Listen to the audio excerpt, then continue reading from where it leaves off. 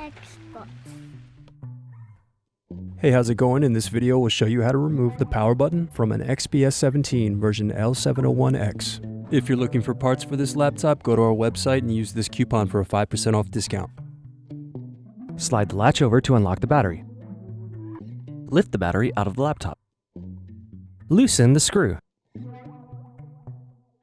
Remove the access door. Remove the screw. Remove the optical drive. Remove the screws.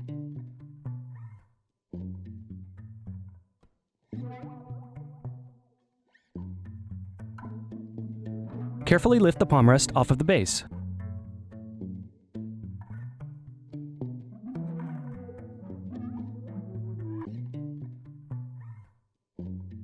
Unplug the palm rest cables.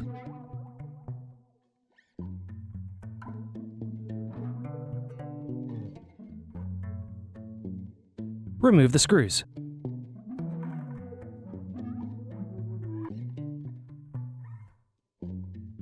Unplug the cable.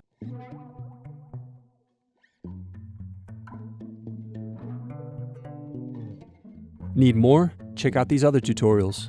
For batteries, click here. For hard drives, click here. For wireless cards, click here. Thanks for watching.